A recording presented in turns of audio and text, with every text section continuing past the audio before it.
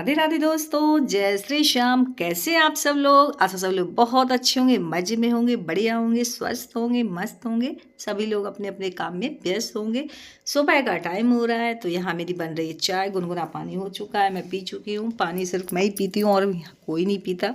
ये इनको तो सिर्फ चाय चाहिए, पानी पीते ही नहीं है। तो यहाँ बन रही है चाय और अभी झाड़ू पोछा सारा काम करना है, तो सारा काम हो चुका है। और यहाँ मैंने कपड़े धुल के सारे डाल दिए हैं, लेके आई। धूप तो है नहीं बिल्कुल, लेकिन ये है कि कुछ सूख जाएंगे। अंदर मैं डोरी बांधूंगी ताकि कपड़े जल्दी सूख जाया करें। यहाँ तो सूखे जैसे गीले जैसे एक जैसे हो जाते हैं। और यहाँ मैं बाल सुखा रही थी क्योंकि बाल गीले हो गए हैं, मुझे निकलना है। अभी टाइम हो गया तो बाल बिल्कुल गीले हैं ना, तो बहुत अजीब जैसा लगता है। एक तो बरसात का सीज़न ही ऐसा होता है कि बाल तो सूखने का नाम लेंगे ही नहीं, लेकिन बाल तो धुले ही हैं मैंने। तो यहाँ मैंने अगारू का जो वॉल्मराइजर हेयर ड्रायर है वो से मैं सुखा रही हूँ, उससे बहुत जल्दी सूख जाते हैं। तो मैंने कहा पहले सुखा लूँगी, एक काम ये निपट जाए ताकि मुझे दिक्कत ना हो। बाल में तभी बांधूंगी, और गीले बांध लो ना तो वैसे कि वैसे शाम तक बने रहेंगे, लेकिन सूखेंगे नहीं क्योंकि नमी रहती है ना, फिर और भी दिक्कत होती है। इसलिए मैं इनको पहले सुखा लूँ, इसके बाद में ही निकलूँगी।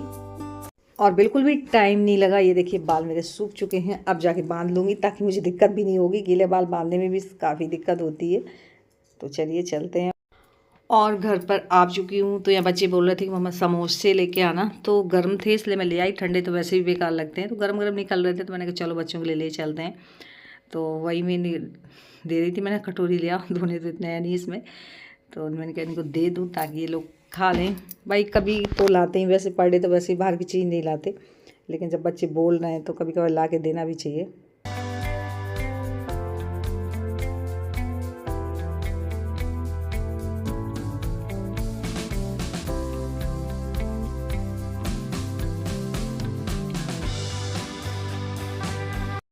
और सुबह में बाल जब बांध रही थी ना, तो सच में इतना मुझे शीशा ये ग्लास इतना गंदा लग रहा था। मेरा मन था मैं अभी, लेकिन उस टाइम मेरे पास टाइम नहीं था। मैंने कहा लौट के आके देखूंगी। तो बस मैं इसे साफ़ कर रही हूँ, मतलब मुझे अपनी शक्ल देखने में भी अजीब लग रहा था, तो मैंने कहा सबसे पहले इसी को साफ़ करती हूँ। तो यहाँ मैंने स्प्रे डाल के साफ़ किया है। तो अब चलते हैं बाहर के भी पूरे जो शोकेस के ग्लास हैं वो भी साफ़ कर देती हूँ साथ ही साथ में। तब जाके अब देखिए शीशा एकदम चमका है।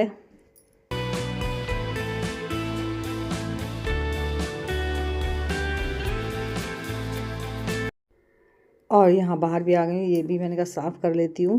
और ऊपर जो हेलमेट रखने, इन्होंने दोनों हेलमेट ऊपर रख दिए। इतना बोलने के बावजूद भी मैं उतार के ले जाती हूँ, उनको अंदर रखूँगी जाके।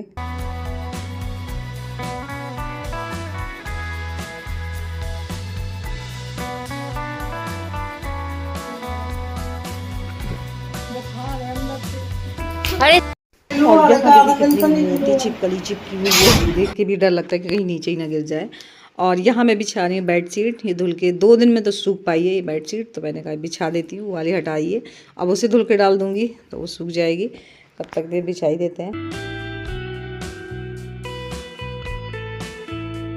और इसके बाद में ये सारी सोफ़ा कवर ठीक किए। इनको तो पूरा दिन, जबकि बेल्ट वाले हैं, पीछे बेल्ट लगी है ना ताकि दिक्कत नहीं होती। अब बिल्कुल जॉइंट में है ये, तो खिसकते भी नहीं है, लेकिन फिर भी संभालना तो होता ही क्योंकि बच्चे इधर उधर कर ही देते हैं। ये पूरा जॉइंट है एक, तो ये निकलता नहीं है। देखिए आगे से पीछे तक पूरा जॉइंट में है।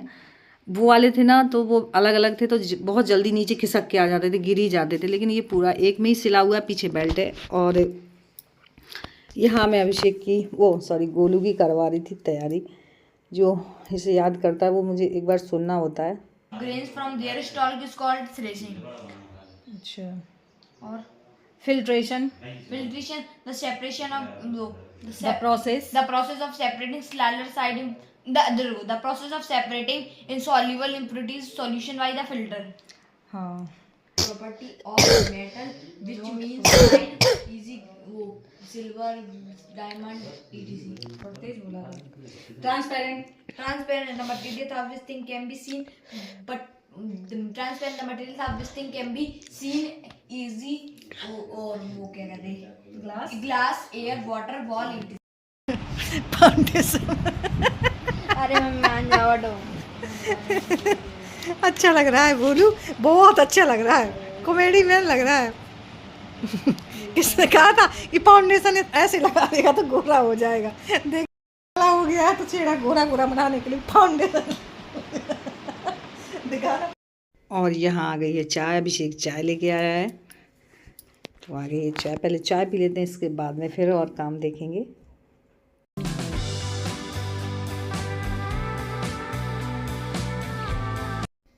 और फ्रेंड्स यहाँ मैं बेसन का घोल तैयार कर रही हूँ बेसन वाले चीला बनाने के लिए। पर साथ में वैसे भी कुछ चटपटा खाने का मन कर रहा है। ये बोले थे पकौड़े बना लो बेसन वाले, प्याज डाल के। मैंने कहा पकौड़े तो वैसे भी ऑयली मैं नहीं बनाऊँगी, क्योंकि मुझे भी खाना है, फिर ऑयली खाने में मुझे दिक्कत होती है। तो बोले थे कि अच्छा एक बार काम करो, चीला बना लो बेसन के, अब तो तुम सीख गई हो चीला बनाना।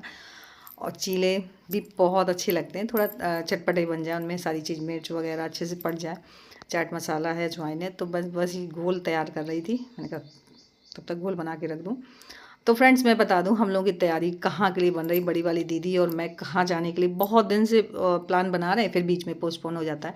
तो मैं बता दूं दीदी का एक दिन कॉल आया था, तो ये बोल रही थी कि उमा चाहे कुछ भी हो जाए, इस बार ना एकादशी को हम लोगों को खाटू श्याम जी जाना ही जाना दर्शन करने। बीच में कुछ ना कुछ आप काम आ जाता है, फिर बीच में रुक जाते हैं।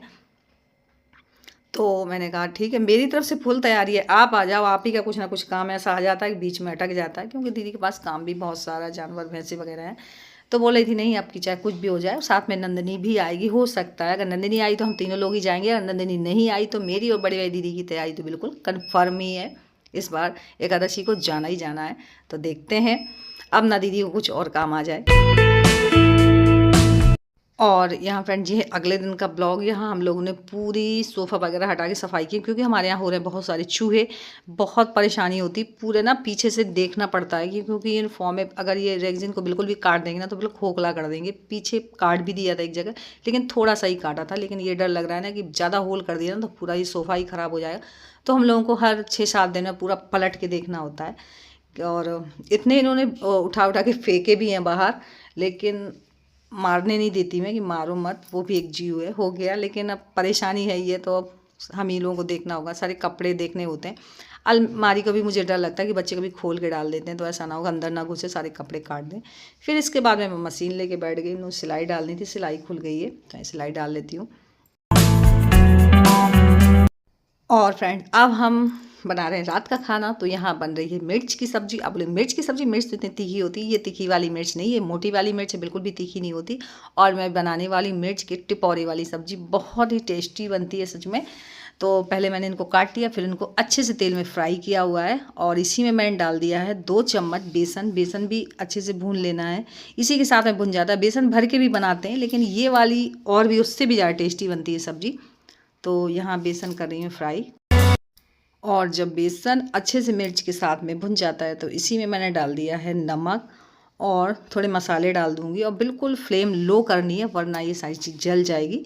लो फ्लेम करके अब इसी में हल्दी पाउडर है, मिर्च पाउडर है, ये सारे मसाले डाल देती हूँ। चाट मसाला है, अगर चाट मसाला नहीं है तो आप नींबू का रस भी डाल सकते हैं। और सारे मसाले डाल के थोड़ा देर और फ्राई करूँगी, और फ्राई करने के बाद में ढक दूँगी एकदम लो फ्लेम करके, और फिर ये धीरे धीरे पकती रहेगी। तो इस तरीके से अगर आप ये मोटी वाली मिर्च की टिपौरी वाली सब्ज़ी बना के खाएंगे ना तो बहुत ही टेस्टी लगती है।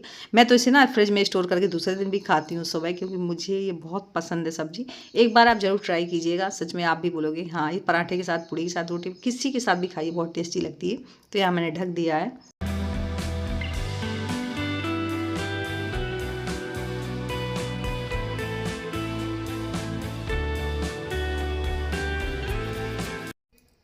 तो ये देखिए फ्रेंड्स, हमारी मिर्च की टिपौरी वाली सब्ज़ी बनके हो गई है रेडी। बस रोटियां सेक लेती हूँ।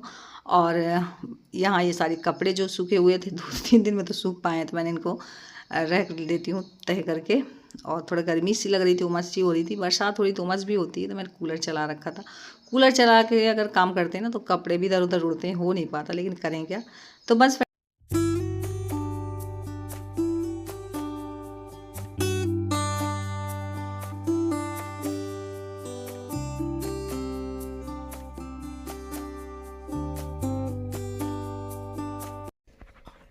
तो बस फ्रेंड्स यहीं पे करूँगी ब्लॉग की एंडिंग। और मेरा आज का ब्लॉग कैसा लगा, थोड़ा सा भी अच्छा लगा तो लाइक ज़रूर कर लीजिएगा। न्यू है तो जल्दी जल्दी सब्सक्राइब कर लीजिए, ताकि मेरे ब्लॉग कोई मिस ना हो। मिलती हूँ नेक्स्ट ब्लॉग में, तब तक के लिए बाय, राधे राधे, जय श्री श्याम।